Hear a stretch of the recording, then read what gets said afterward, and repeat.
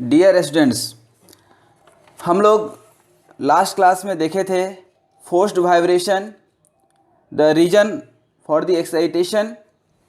उसके बाद हम लोग इक्वेशन डेराइव किए थे, equation of the harmonic forces, जो कि हम लोग यहाँ देख सकते हैं कि this was the damper, this was the spring mass system and we have applied a harmonic force here. और इससे हम लोग ये इक्वेशन बनाए थे, characteristics equation mx double dot c x dot plus k x F sine omega T. अब since it is the second order differential equation, तो इसका दो सॉल्यूशन निकाले थे, X C plus x P, that means complementary solution and particular solution. ये बहुत ज़रूरी है कि आगे हम स्टार्ट करें motion with harmonic force and total response. उसके पहले जो लास्ट क्लास में पढ़ाए थे उसको एक बार 2 मिनट के लिए रिव्यू जरूर कर लें। यहाँ पे एक्सपी सिर्फ इसलिए आया कि आपका ये एक कांस्टेंट कोफिशिएंट इस इक्वेशन में आ गया है, अदरवाइज इसका यदि ये 0 होता तो आपका कम्प्लीमेंट्री सॉल्यूशन होता और इसका इक्वेशन हम लोग निकाल चुके थे। पार्टिकुलर सॉल्यूशन का इक्वेशन निकालने के लिए x P equal to a sine omega T minus five, फिर x p dot x double dot निकालिए थे। यहाँ हम लोगों ने देखा था कि साइन और साइन ये तीनों ही, दैट मीन्स डिस्प्लेसमेंट, वेलोसिटी और एक्सेलरेशन, तीनों ही एक दूसरे के परपेंडिकुलर है। और इससे हम लोगों ने सॉल्यूशन निकाला था, इक्वेशन निकाला था a बाई एक्स एस। और इस एक्स एस के साथ ही यहाँ पे आप ये ग्राफ देख सकते हैं, तीनों एक दूसरे के कैसे परपेंडिकुलर है। This is the spring force, damper force और एक्सेलरेशन फोर्स, ये तीनों ही इनर्शिया फोर्स जिसको बोलते हैं, और ये फोर्स अप्लाइड, दैट मीन्स कि ये तीनों एक दूसरे के क्या हैं, परपेंडिकुलर है। और ये रिजल्टेंट हम लोगों ने निकाला था। अब ये रिजल्टेंट हम लोग जब निकाले थे, ये इक्वेशन डेराइव किए थे। इस इक्वेशन को डेराइव करके हम लोग को जो मिला था फाइनल, ये मिला था फाइनल, जो मैं दिखाना चाहता हूँ आपको, ये magnification factor a by x s 1/2e, और दूसरा था amplitude for the maximum amplitude w max upon wn, और जो लास्ट सॉल्यूशन था एक्स सी प्लस एक्स पी, तो a1 e to the power, ये इक्वेशन निकला था हमारा। अब आज हम लोग इसी इक्वेशन में फिट करके आज देखेंगे कि टोटल रिस्पांस क्या है इस कर्व का, इस इक्वेशन का।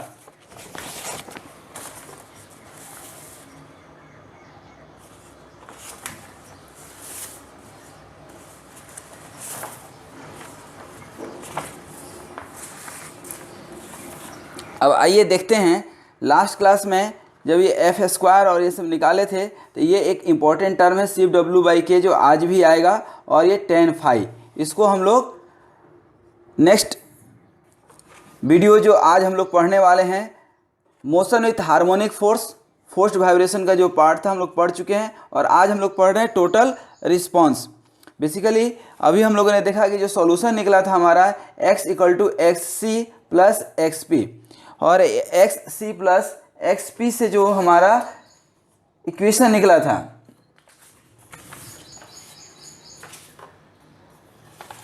ये हमारा इक्वेशन निकला था, ये हमारा इक्वेशन है फाई 1 फाई। इस तरह से जब इक्वेशन निकला था, तो इसको हम इस इक्वेशन में with respect to time t हम लोग निकालते हैं। This is the x c complementary solution and this is the particular solution. ये पर्टिकुलर सॉल्यूशन के लिए है और ये कम्प्लीमेंट्री सॉल्यूशन के लिए है, क्योंकि ये इक्वेशन हमारा निकल चुका है जो कि आपके सामने है। यहाँ ध्यान दीजिए, ये एक्स सी और एक्स पी। अब ये एक्स सी का एक separate with respect to time graph plot करते हैं, और एक्स पी के लिए एक सेपरेट ग्राफ जो प्लॉट करते हैं with respect to time t. तो हम देखते हैं कि this x c vanishes with the time, the second parts remains into existence. आप देखिए धीरे धीरे टाइम के साथ वेनिस हो जाता है, खत्म हो जाता है, जबकि ये ऑलरेडी बना हुआ रहता है। The amplitude remains constant due to second part, that is called steady vibration. इसको ड्यू टू पर्टिकुलर सॉल्यूशन से जो मिला, इसको बोलते हैं एसटीडी वाइब्रेशन और steady solution, steady vibration. The vibration of the first part is called transient vibration, transient vibration. The first part vanishes because of the damped natural frequency of the system, because damper resist the motion and it eliminate its energy into the form of heat, so this just vanishes। अब इस दोनों को complete solution जब x सी और x P के साथ निकालेंगे, x सी और एक्स पी दोनों यहाँ पे है, तो ये जो रेड कलर वाला देख रहे हैं आप, that is the x c that is going to vanish here, but x p remains continued in steady state condition. ये जो आपका एक पार्ट से दूसरे पार्ट तक जाएगा, that is basically time period. तो basically this is the superposition, ध्यान रखिएगा, this is the superposition of transient and STD vibration. This is the superposition of transient and STD vibration. तो इस तरह से आपका ट्रांजिएंट एंड STD वाइब्रेशन से हम निकाल सकते हैं टोटल रिस्पॉन्स। ठीक है, अब नेक्स्ट उसमें देखेंगे about the characteristics curve, that is very important. ये जनरली एग्जाम में पूछता है कैरेक्टरिस्टिक्स कर्व। अब कैरेक्टरिस्टिक्स कर्व में हम लोगों ने जो इक्वेशन निकाला है, ये इक्वेशन आपको दिख रहा होगा, X P equal to sine omega T minus five, जो लास्ट क्लास में हम निकाल चुके हैं, 1 minus W by W N plus 2e W by W N का होल स्क्वायर। तो यहाँ पे दो चीज़ हमें मिलता है, एक तो हम लोगों ने a बाई एक्स एस निकाला था, a बाई एक्स एस, और दूसरा निकाला था W बाई डब्ल्यू एन, जो कि यहाँ पे हम लोगों ने डिफ्रेंशिएट करके मैक्सिमम एम्पलीट्यूड के लिए इक्वेशन भी निकाल चुके हैं हम लोग। अब यहाँ पे the ratio W by W n, basically the ratio W by W n, this ratio W by W n is called frequency ratio. इसको क्या बोलते हैं? Frequency ratio. And the A by x s, A by XS is called amplitude ratio. This is called amplitude ratio. So the ratio A by XS is amplitude ratio, or it is also called magnification factor. A curve between frequency ratio and magnification factor is known as frequency response curve. अब इस curve को बोलते हैं हम लोग frequency response. जैसा कि हम लोग अभी टोटल रिस्पॉन्स में पढ़ रहे थे, उसी तरह से इसको फ्रीक्वेंसी रिस्पॉन्स कर्व बोलते हैं। अब इसको एक एक करके अच्छे से समझिएगा थोड़ा सा, कि how with the variation of W by W n the A by x s varies. Similarly एक कर्व, जैसा कि यहाँ पे हम देखे थे सॉल्यूशन में, कि ये तो W बाई डब्ल्यू एन तो है ही, और दूसरा एक वेरिएबल फाई है। तो again we can draw this variation of W by WN with the variation of, ये W by WN हो गया आपका फ्रीक्वेंसी रेशियो, और ये हो गया आपका फेज, दिस फाई। तो ये हम लोग दोनों कर्व देखेंगे, that is called phase frequency ratio curve. तो यहाँ से phase frequency curve, both curves are drawn with the help of the previous equation. This equation are used for plotting this two curve. अब यहाँ पे ध्यान दीजिए कि the following points will be observe here. सबसे पहले हम देखें एट जीरो फ्रीक्वेंसी, एट, देखिए यहाँ पे at zero frequency, that means कि W बाई डब्ल्यू एन जब जीरो होगा, at zero frequency magnification factor is unity. Equation आप देख लीजिए, जब W by W n zero होगा, यहाँ पे जब ये, तो ये टर्म जीरो हो गया, ये 1 हो गया, ठीक है। तो यहाँ पे मैक्सिमम कितना होगा 1, में x p by x s आ गया, that means a by x s, ठीक है। तो यहाँ पे आपका इक्वेशन जो बनेगा क्या बनेगा, ए का बाई एक्स एस का वैल्यू कितना आ जाएगा 1,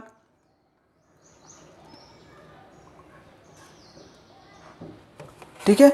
अब यहाँ पे उसी तरह से दूसरा, damping reduces the magnification factor for all values of damping. जैसे जैसे यहाँ ध्यान दीजिए, जैसे जैसे ये डैम्पिंग रेशियो आपका बढ़ेगा वैसे वैसे ये टर्म आपका घटते जाएगा। तीसरा point, the maximum value of amplitude occurs at little towards left of resonance. यहाँ ध्यान दीजिए, this is the maximum occurs in the left side at resonance the phase angle is 90 degree. Resonance that means कि W and WN will be equal, this two value will be equal. जब दोनों value क्या हो जाएगा, equal हो जाएगा, then we can find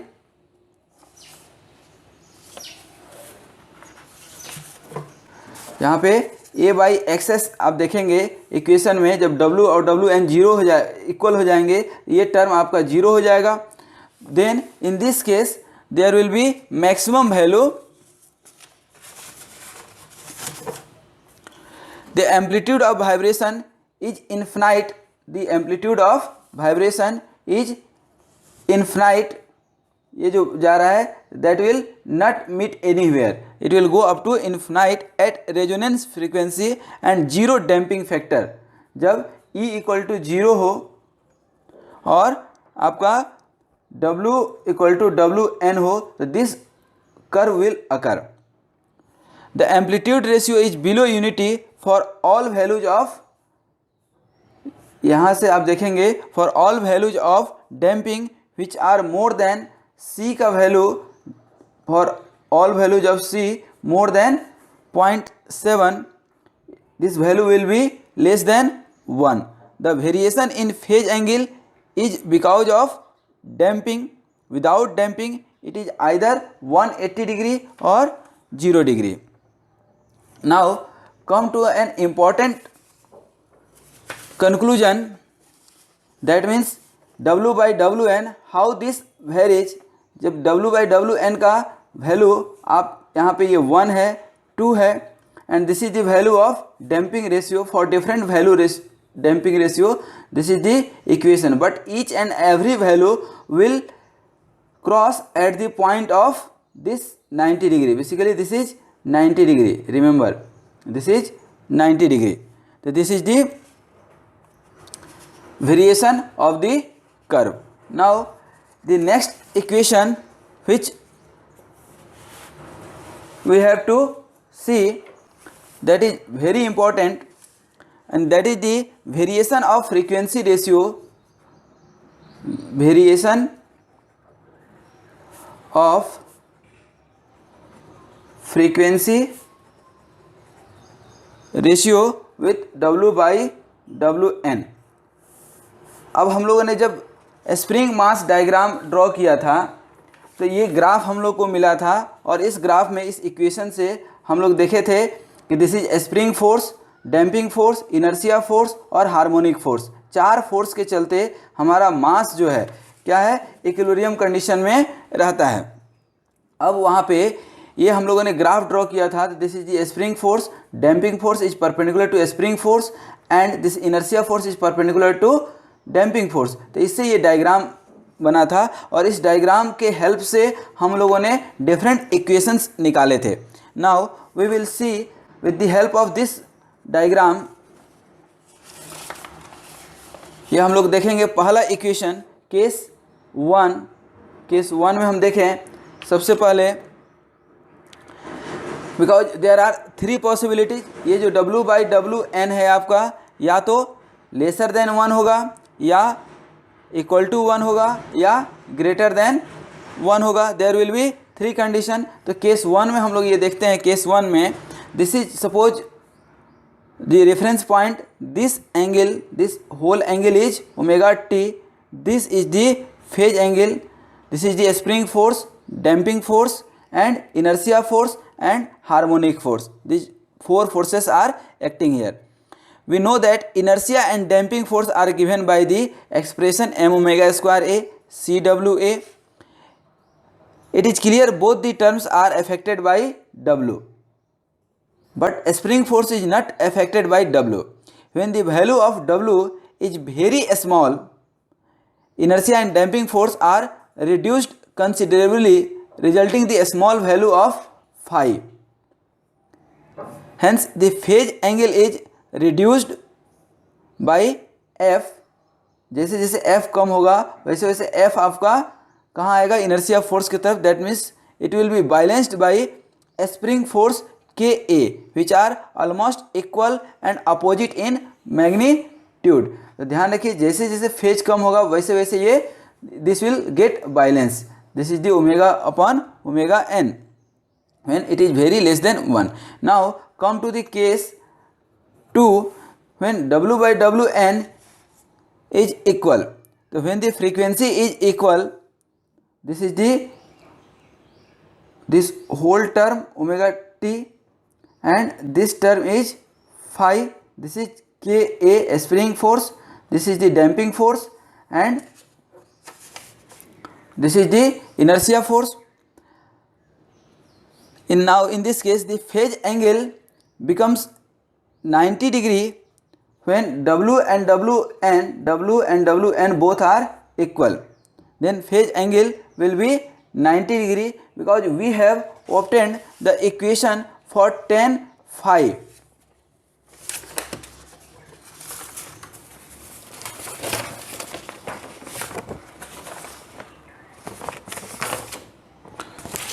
We have already obtained here equation tan phi. That means when W will be equal to Wn, that means this term will be 1, it will be 0, that means total term will be infinity, and for value of infinity this term will be 90 degree, phi will be 90 degree. In that case this will be 90 degree angle. In this case the phase angle when becomes 90 degree, inertia force and spring force